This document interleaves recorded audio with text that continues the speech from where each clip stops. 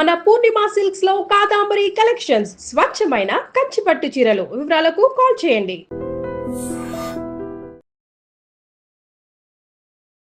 నమస్తే, welcome to I dream. నేను వలి.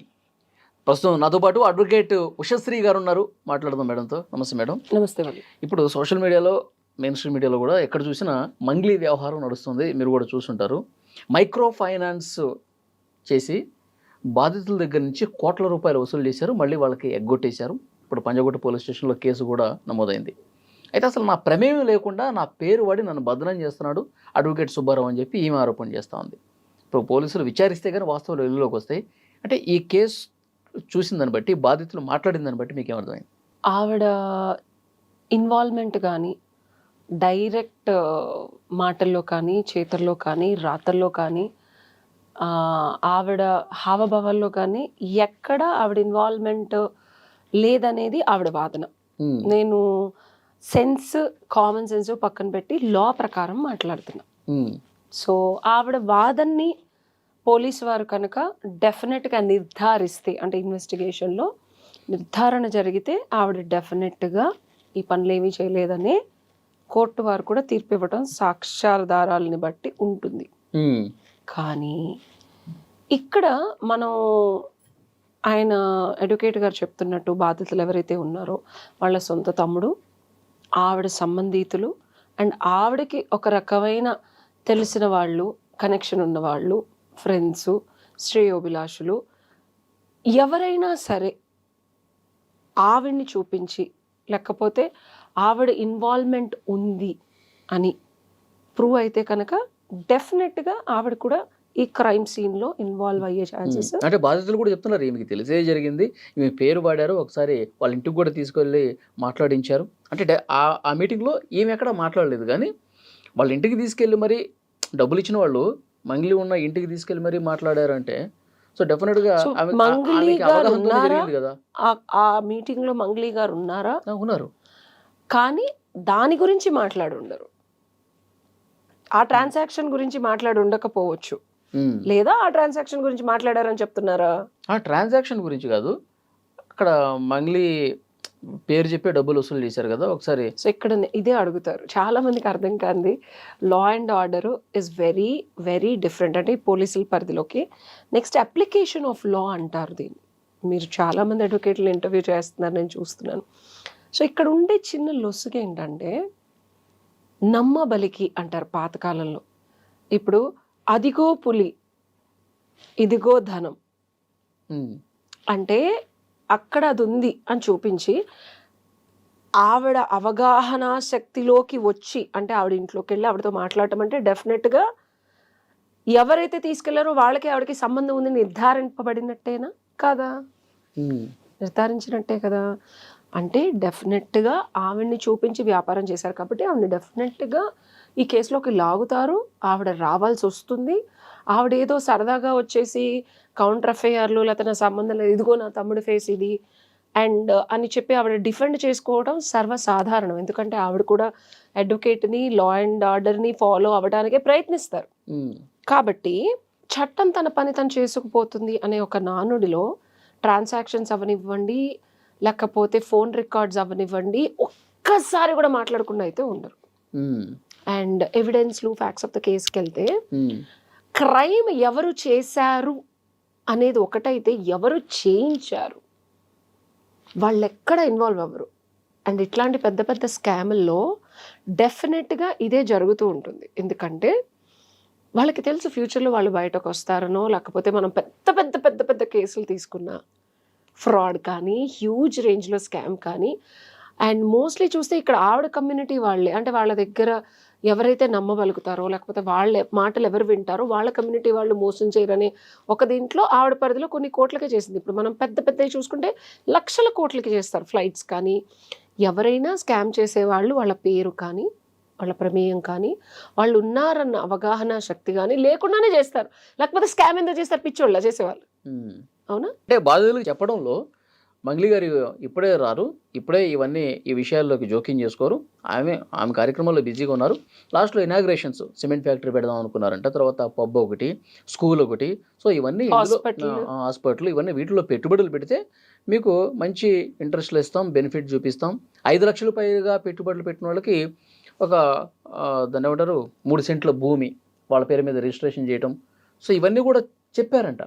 So లాస్ట్లో ఫైనల్గా ఆ కార్యక్రమం ఉన్నప్పుడు మంగ్లీ వస్తారు, కానీ ఇప్పుడు మీతో మాట్లాడటం కానీ ఉండదు, అంతా మేమే చూసుకుంటాం, మా హ్యాండ్ ఓవర్లోనే జరుగుతుందని చెప్తే మన కమ్యూనిటీ కదా అని చెప్పి వీళ్ళు లక్షలు డబ్బులు ఇచ్చినటువంటి పరిస్థితి. నేను అదే చెప్తానండి, ఆవిడ ఇంటికెళ్ళి ఆవిడ ఇంట్లో ట్రాన్సాక్షన్స్ జరగచ్చు అనే పాసిబిలిటీ ఎవరైతే తీసుకెళ్లారో వాళ్ళతో పరిచయాలు ఆవిడ యాక్సెప్ట్ చేయడము, ఆ రోజు ఈ ట్రాన్సాక్షన్స్ గురించి మాట్లాడకపోయినా నమ్మబలకడం అంటారు. దీన్ని ట్రస్ట్ బిల్డింగ్ అంటారు. ట్రస్ట్ బిల్డింగ్ అనేది చాలా స్ట్రాంగ్గా చేస్తేనే ఎవరైనా రూపాయి తీస్తారు. కడుపులో దాచుకునే బదులు మనం బయట పెడితే రూపాయికి రూపాయి వస్తుందనే నమ్మకం. అండ్ దట్ టు ఇంత సెలబ్రిటీ ఇంత చేస్తున్నారు, మోసం చేస్తారని అయితే అనుకోరు. యూజువల్గా జనరల్ పబ్లిక్ ఏమనుకుంటారు, ఇంత సెలబ్రిటీస్ డెఫినెట్గా వాళ్ళ దగ్గర డబ్బులు ఉంటాయి, వాళ్ళు పెట్టే చన్నీళ్ళకి వేడి నీళ్ళకి చన్నీళ్ళ లాగాను కోట్లలో మంది కూడా రూపాయి వెళ్తే లాభాల్లోంచి మనకి ఎక్కువ వస్తాయి అనే ఉద్దేశంతోనే పెడతారు. ఆవిడ క్రెడిబిలిటీ ఇది డెఫినెట్గా అంటే సో ఫార్ వచ్చిన ఫ్యాక్ట్స్ని బట్టి ఒక scam, proper well planned scam లాగా కనిపిస్తుంది. ఇందులో మంగ్లీ గారు ఉన్నారా? ఆవిడ చెప్పిన వాగ్వివాదాన్ని బట్టి లేకుండా ఉండటానికి గొంతు నోరు గట్టిగా చించుకుంటున్నారు, కానీ ఆయన ఎవరో తెలియదు అన్నారు ఒక ఆయన, పేర్లు ఎందుకులేండి. అండ్ ఫోటోల్లో ఆవిడ బర్త్డే పార్టీలో ఆయన ఉన్నారు. ఇట్లాంటి ఫ్యాక్ట్ షీట్స్ తీస్తేనే సరదాగా దొరికిపోతారు.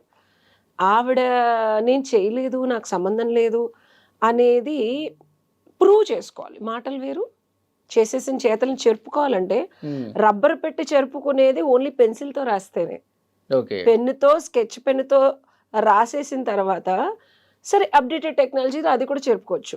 బట్ మార్కర్, పర్మనెంట్ మార్కర్తో రాసిన తర్వాత కొన్ని పనులు అయితే చెరుపుకోలేం కదా నేను చెప్పేది.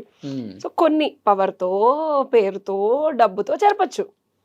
కొన్ని ఉంటాయి ఇంకా కొంతమంది బాగా క్షోభపడ్డ వాళ్ళు కానీ, డబ్బు నిజంగా పోగొట్టుకున్న వాళ్ళు కానీ, ఇప్పుడు 10 మంది వస్తే రేపొద్దున ఇంకో 100 మంది అయితే రావచ్చుగా. పర్మనెంట్ మార్కర్తో ఎక్కడో తెలుసో తెలియకో డెఫినెట్గా ఏ క్రిమినల్ అఫెన్స్ అయినా తప్పు దొరుకుతుంది. అండ్ మనకున్న బేసిక్ అండర్స్టాండింగ్ ఎవరికైతే నార్మల్ పబ్లిక్ ఉందో, ఒక్క 10 మంది వచ్చారు అంటే వాళ్ళు కూడా వస్తారు, పర్లేదు మనకు సపోర్ట్ ఉంటుంది అని. బెదిరించినా నువ్వు వాళ్ళని ఏం చేసినా పోలీసు వాళ్ళు it's very easy these days by using the technology. నీకు ప్రైమా ఫేషియల్ అంటే నీకు అఫెన్స్ జరిగిందా లేదా, అందులో ట్రూత్ ఉందా లేదా, ఫ్యాక్ట్స్ ఉన్నాయా లేదా సరదాగా తెలిసిపోదు ఇన్వెస్టిగేషన్లో.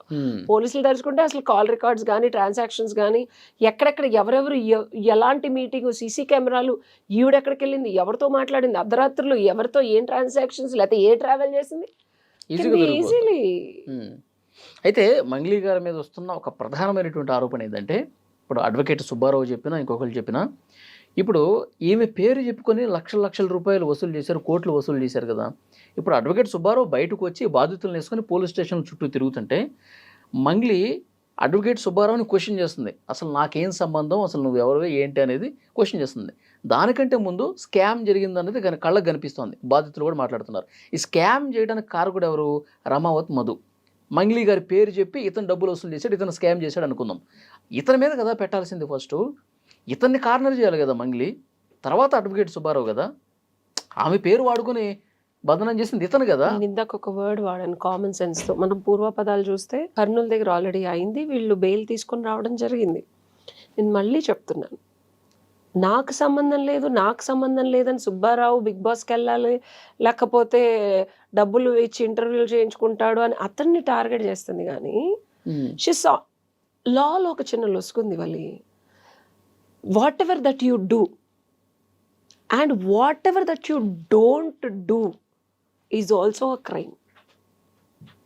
సమ్ టైమ్స్ ఒక అబ్బాయి చచ్చిపోతున్నాడు అనుకో, చచ్చిపోయే టైంలో నువ్వు జస్ట్ వాటర్ ఇవ్వాలి, లేకపోతే చెయ్యి వణుకుతూ ఉంటుంది, ఫిట్స్ వచ్చినప్పుడు నువ్వు ఐరన్ ఇవ్వాలి. నువ్వు ఇవ్వకుండా కూర్చున్నావు అనుకో, వాట్ ఎవర్ అరే నేనేం చేయలేదండి, నేనేం చేశానండి అఫెన్స్ అంటే సిచ్యువేషన్లో whatever that you are not doing is also is leading to a death or a murder or a criminal offence అయినప్పుడు ఈవిడ టార్గెట్ చేయాల్సింది, తిట్టాల్సింది అసలు పేర్లు ఎవరైతే బయటకు వచ్చాయో వాళ్ళని. అసలు మీరెందుకు అయ్యా నా పేరు చెప్పారు, మీరెవరు, మీకు నాకు సంబంధం ఏంటనేది కదా ఫస్ట్ అఫెండ్ చేయాలి. That's a beautiful question you asked. అవునా? అసలు ఎవరెవరు, వీళ్ళెవరో నాకు తెలియదండి, పలానా వ్యక్తి ఎవరో నాకు తెలీదు, అసలు వాళ్ళు నా డబ్బులు నాకు డబ్బులు ఇస్తామని చెప్పి నా పేరు వాడుకోవటం ఏంటని వాళ్ళని పిలిచి వాళ్ళ మీద కదా కేసు ఫైల్ చేయాలి, వాళ్ళని కదా రోడ్డుకి ఎక్కించాలి. Then why didn't she do that? ఎందుకు మీరు చెప్పండి. అదే అక్కడ ఏదో ఉందని అర్థం అవుతుంది. వై? అండ్ ఆ వీడియో, డబ్బులు లెక్క పెట్టే వీడియో ఎవరు చేశారు, ఎక్కడుంది మీరు చెప్పండి. ఎక్కడుంది అది? ఫ్యాక్ట్స్ ఆఫ్ ద కేసుకి వెళ్తే ఈ అబ్బాయి కదా డబ్బులు లెక్క పెట్టేది. ఎక్కడ పెడుతున్నాడు? ప్లేస్ ఎక్కడ? మంగ్లీ ఇంట్లోనే. మరి అబ్బాయి ఎవరో తెలియదు అంటుంది కదా. ఓకే, తెలియదు అన్నప్పుడు నీ ఇంట్లోకి వచ్చి ఇంకొక వ్యక్తి డబ్బులు ఎందుకు లెక్క పెడుతున్నారు అని చెప్పి ఎవరు అడగరే? అసలు అతను ఎవరో తెలీదు, అతను మొహం చూడలేదు, నాకు తెలీదు. నీ ఇంట్లో మంగ్లీ ఇంట్లో నోట్ల గట్లు అని చెప్పి వీడియోలు కూడా బయటకు వచ్చినాయి కదా. ఇదే నేను అడుగుతున్నాను, ఎవరో తెలియకుండా నీ ఇంట్లో వచ్చేసి డబ్బులు లెక్క పెడతారా?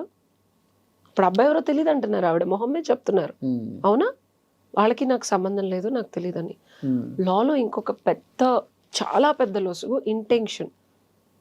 ప్లాన్ అంతా ఈవిడ వేసి, ఎగ్జిక్యూషన్ అంతా ఈవిడ చేసి, వెనకాల నుండి నడిపించేదంతా ఈవిడయ్యి, పావులు, కదిలే పావులు వేరే వాళ్ళు అయ్యి, కదిపే పావులు ఈవిడైనప్పుడు డెఫినెట్గా ఈవిడే liable on the eyes of law. So నేను లేదు గుమ్మడికాయ దొంగ ఎవరంటే భుజాలు తడుకున్నట్టు నాకు సంబంధం లేదు, నాకు తెలియదు అంటే కుదరదు. సో చూద్దాం మేడం ఏం జరగబోతున్నది. పోలీసులు అయితే ఇన్వెస్టిగేషన్ ఆ కార్యక్రమంలోనే ఉన్నట్టుగా తెలుస్తుంది.